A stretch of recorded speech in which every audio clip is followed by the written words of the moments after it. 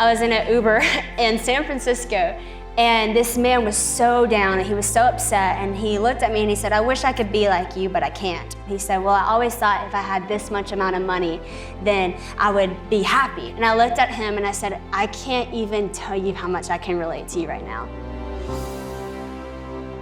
Some people think that like you're gonna get to this point in life or this place, or I don't know, a certain job may exclude you from having the problems that everybody deals with, and that's just not true. And I think that's a trick of the enemy, because he puts this like destination inside. It's like, oh, if you could just get there, then you would, be free from this. Then you wouldn't fear, then you wouldn't be insecure, then you wouldn't have problems. And then you get there and you're like, wait, why do I still have problems? Why am I still afraid? Why am I still insecure? Because truly, nobody's excluded from the ways of this world. We're all in it. But obviously, our hope is in Jesus, and that's what makes the biggest difference. And I think for me, it was kind of that way. It's like being in this, it wasn't that any fear was gone. It wasn't any insecurity was gone. It almost felt like that doubled and then tripled and then got worse because of that idea that you're actually going to get somewhere to free it, instead of just recognizing that Jesus is actually going to meet you where you're at and free you in the middle of it. And I think for me, it's ironic because the time of Dancing with the Stars,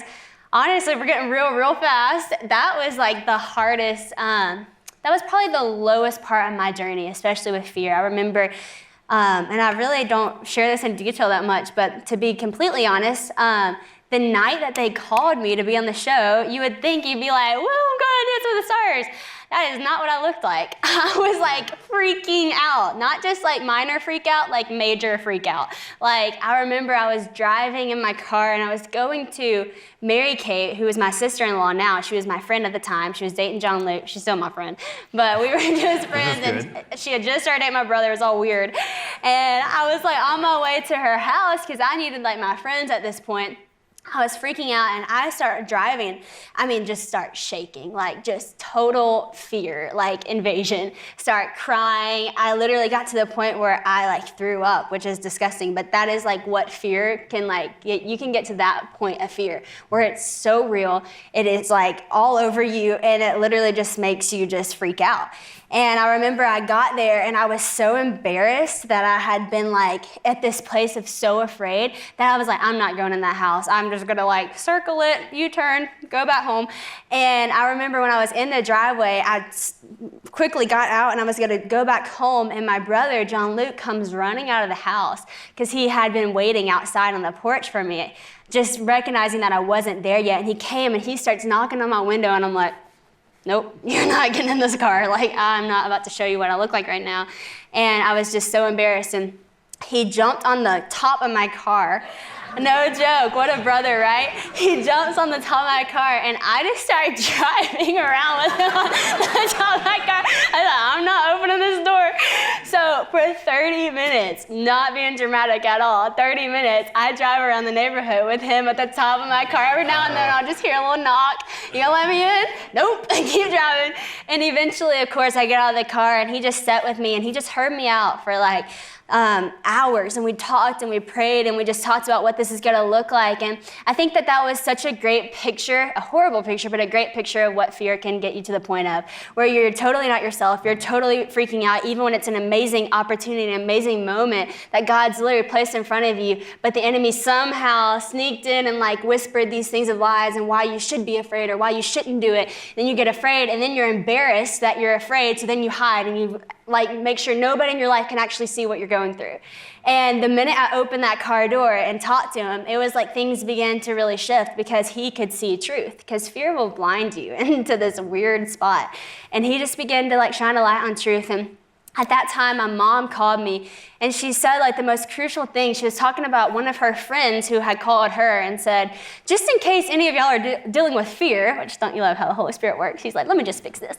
He's like, just in case any of y'all are dealing with fear, I just want you to know you have nothing to be afraid of. Actually, they should be the ones afraid because of who God is inside of her that's going to go to Hollywood and do this thing. And it totally just flipped everything for me in that moment. Of course, didn't like automatically magically happen. It was a process, and it was like continuing to like break through. For me, it wasn't one night, poof, I'm like good. It was literally this journey of walking out with God, and time after time after time, every Monday night that show happened. It was just that confident trust of seeing God, okay, you did it here, you're gonna do it again. You did it here, you're gonna do it again. And then recognizing and realizing that the place fear is, there fear is conquered. And so time and time again of being in that place like David and Goliath, and then seeing that giant fall, you're like, I can do it again because my God was faithful then, he'll continue to be faithful. And that's the main thing that's gonna break fear. To me, it has to be faith. And I've had conversation with people all the time at my age, they're like, yeah, but what if you don't believe in God? And I'm like, well, honestly, I don't know how to speak to that, because for me, for 3 years, I tried every coping mechanism you can do, but not until I just chose faith did my fear leave. And it's so amazing that the Bible, they've said this, but unless you're in that place, it doesn't mean as much, but 365 times in the Bible, it says, fear not.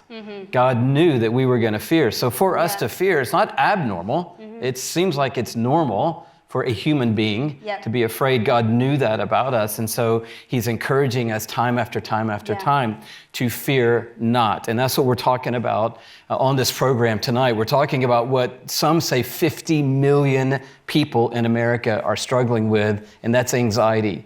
And anxiety has its cousins: depression, fear, worry, doubt, dread. There's a whole army or a host of friends that come along with fear. But the root of it, I think, is our confidence and our trust in who God is. And so you said it's a process, and I'm glad you said that, because some of you watching tonight, you already know there's not a simple answer.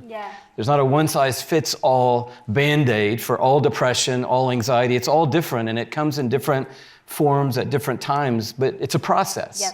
And it was for me in my life, struggling with anxiety. It's a process for you. Talk about the process that you went through. The process.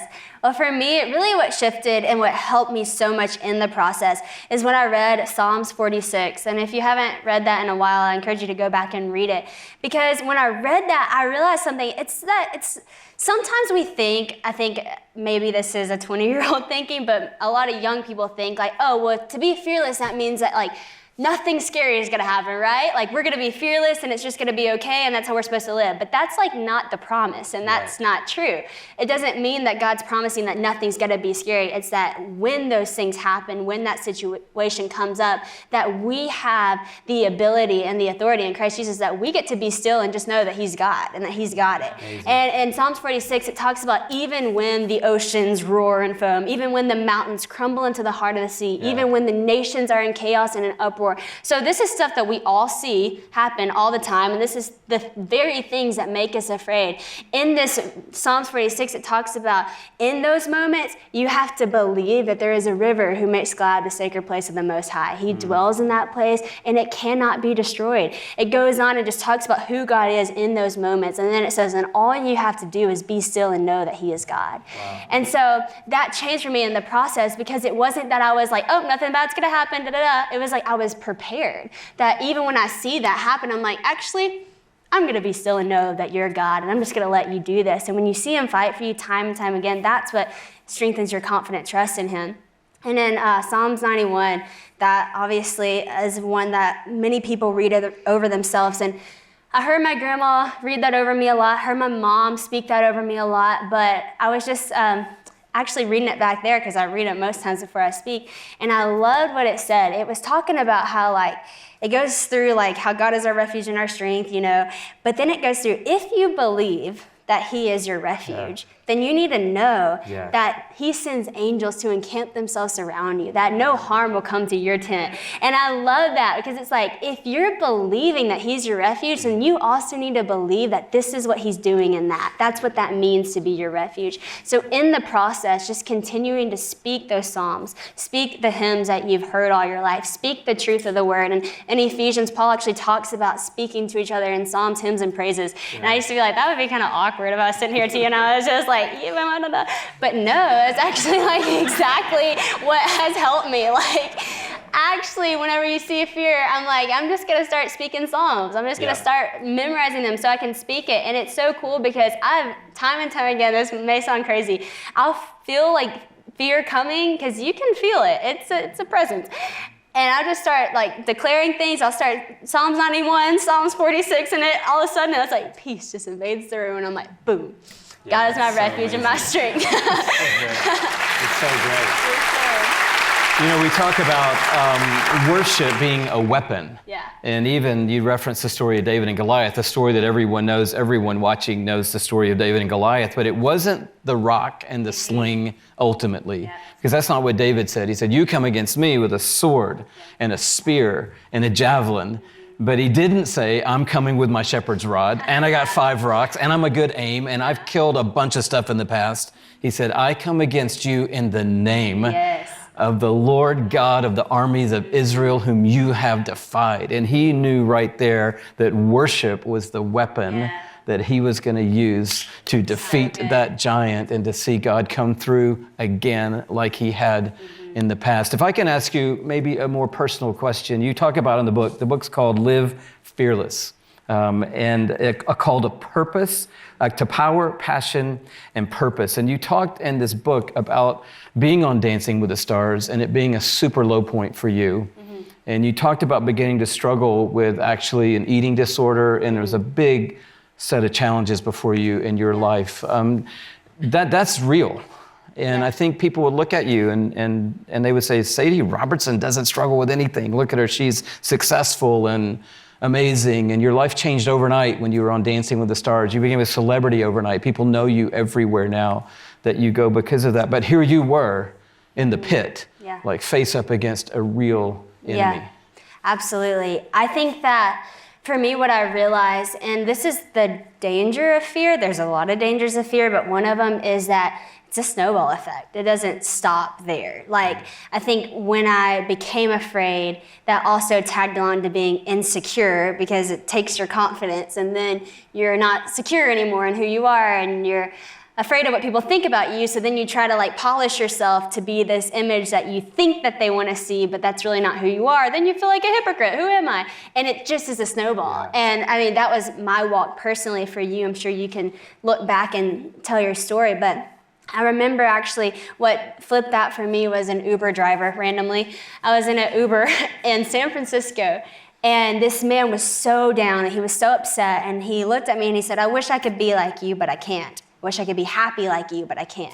And I said, why? And he said, because I'm the emptiest person that you'll ever meet. And I was like, whoa. And I just kind of asked him where that was coming from. And he said, well, I always thought if I had this much amount of money, then I would be happy. And then I would go back home and I'd be with my family. But I moved out here to San Francisco. Now I'm driving Uber, but I have the most money I've ever thought I would have, but I'm emptier than I've ever been. And I looked at him and I said, I can't even tell you how much I can relate to you right now. Because I thought if I got to this point in my life, then that would be it. Like, I always prayed that I would have this opportunity to speak to people about Jesus. I prayed that I would have this whatever, I would be secure in who I am, I'd be confident. And now I have every opportunity to have that, but yet I'm more fearful than I've ever been. I'm more insecure than I've ever been. And we looked at each other, and in that moment, I was like, I think we've been going after the wrong thing. Wow. And it was kind of that moment for me that it began to shift, because I realized it does not matter if you're driving an Uber, if you're on Dancing with the Stars, you can struggle with the exact same thing. You can be physically worlds apart, but spiritually in the same place, and the answer is the same for both of you.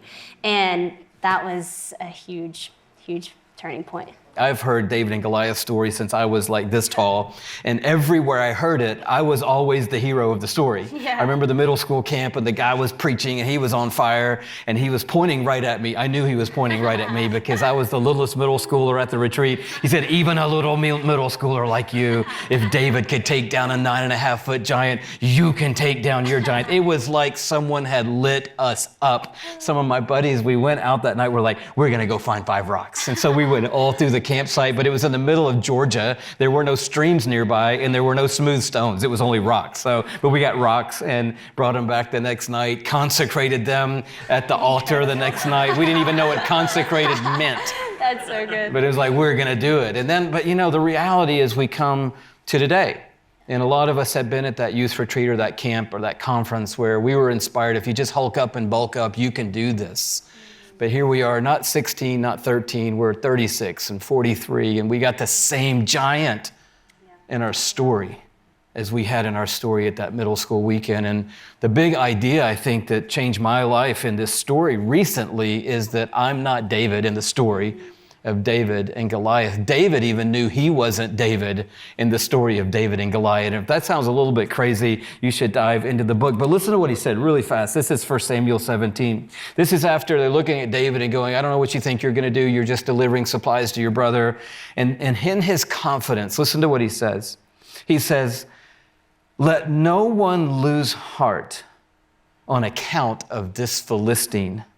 Your servant will go and fight him.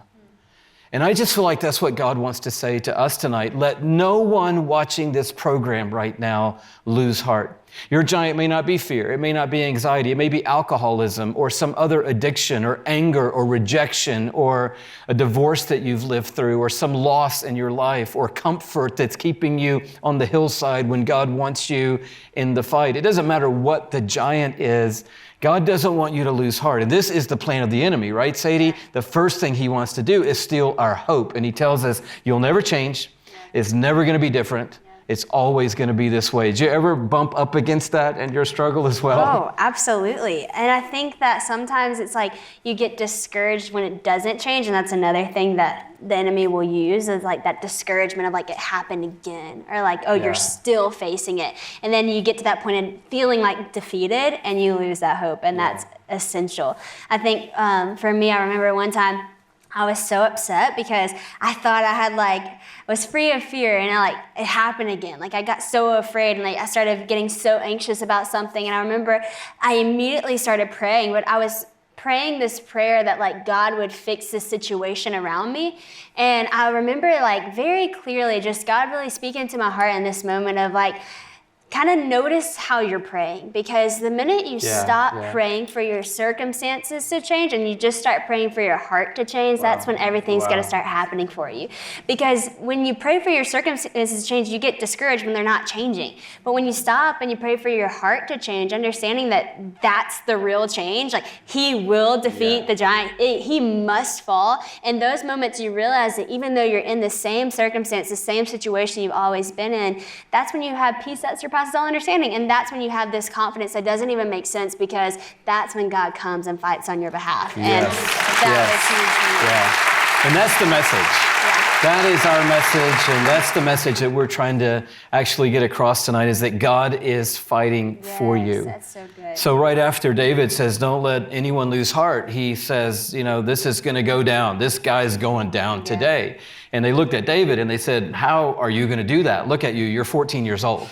And he says, when I was keeping my dad's sheep and a lion came, I turned, I struck that lion, I rescued that sheep from its mouth, I killed that lion, and I've killed a bear. And you would think he's saying, so that's my resume, and that's why I'm going to kill this giant. But the next line is the line that I love. He says, and the same God who gave me the power to kill the lion and the bear is going to take down this Philistine giant today. So he was saying it's not David that's going to take him down.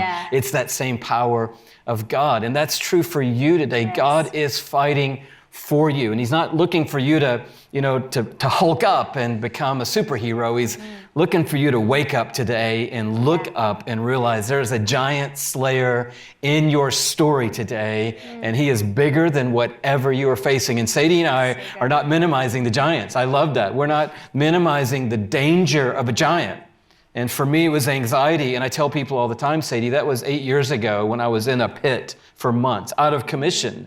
And here I am by the grace of God, and here you are by the grace of God. Look, here's two people by the grace of God who are saying today, Jesus is bigger than whatever you are facing in your life. He is bigger than the giant. But people say, well, what's it like for you now?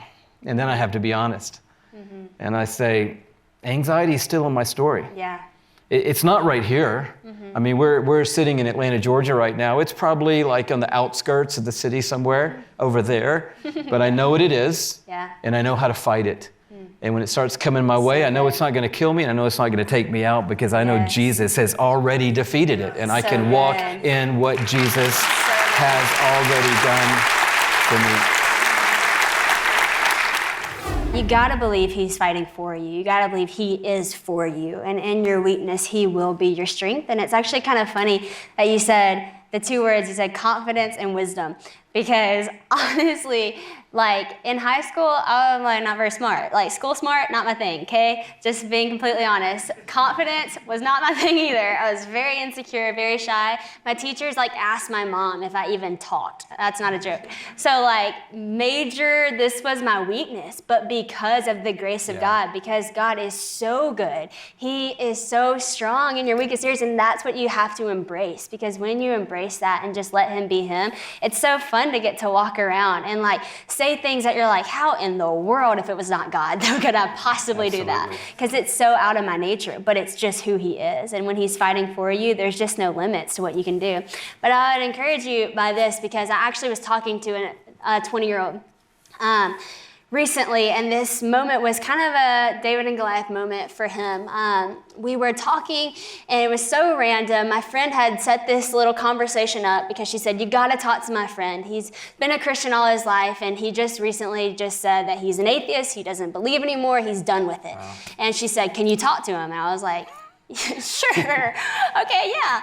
And so I go and I sit with this guy, he's the same age as me, and I just kind of start talking to him, just really asking his story, what's his life about. And I noticed that he had a little bit of a different accent, but he was like the smartest guy I've ever met in my life. I'm not kidding, like using big words. And back to the whole high school thing, I was like, whoa.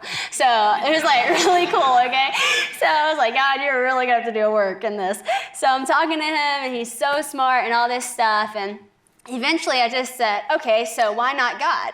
And he goes, well, you know, honestly, I'm mad. He said, I'm mad at God. He said, because, you know, my whole life I grew up and I was deaf. I couldn't hear at all. And I would just pray for this miracle to happen. I just thought if I could just hear, it would all be fine. He said, then I got my miracle and I had this surgery and I can hear now. But as soon as I began to speak, I noticed that I'm talking different than everybody else. And every single day, because of that, I have to live with the insecurity of that, of what others think of me. I have to live in the fear of what others think of me. And I just can't do it anymore. And he said, and I don't even want to do it anymore. And I'm just done. And then I said, wow, you know, I did not see that coming. I didn't know that about your story. And I said, is that it? Is that the reason why? Because if you're just mad at God, do you really not believe in him? And he said, I mean, honestly, too, I just couldn't believe in a God that I can't see. How could I take belief in something I can't see? And why would I if I was going to be mad at him anyways? I said, okay. And I sat there, and immediately it just hit me, because this whole time I've been sitting here talking to this guy, and I'm thinking like he's so smart, his words are clearly his strength, his way that he talks. And I said, isn't it interesting that I'm sitting here this whole time hearing how smart you are and thinking your words are your strength, and you say that your speech is your weakness. Wow. Interesting fact. Then we kind of start talking about that, and then I say, and didn't you say that you're afraid every day of your life? He said, yeah. I said, do you know that the definition of fear is taking belief that something is a threat towards you? So you're taking belief in something you can't see every day. Wow. But what you're doing right now is choosing to, one, believe in something you can't see, but you're choosing fear, and in return, you're getting insecure, and you're having to struggle with something that was actually always intended to be your strength, but now the enemy's put on that your weakness. But if you would just choose faith, your whole story changes. If you just choose to believe in God, the same thing that you cannot see, then you're all of a sudden confident in something that the enemy put on you as your weakness, but it's actually your weapon of strength. And it was just this moment that he was just like, and I was actually kind of like, wow. And we sat there, and I was like, isn't that something that the enemy will put something in your face and define to you as your weakness all your life? And you'll believe it, and you'll sit in it, and you'll be afraid. But the minute you just say, no, not my God, he is so much bigger, and he will be my strength and my weakness. All of a sudden, you get up, and the very thing that's been holding you back all your life is now the very thing that you talk about, that you're confident about. Look at Live Fearless. That's the thing that held me in a pit for 3 years. Now it's the very thing I talk about to people all over the world. That is who our God is, and that's what he wants to do in your life. All you got to do is choose to believe in faith over believing in fear. Oh, great. And it just changed my life.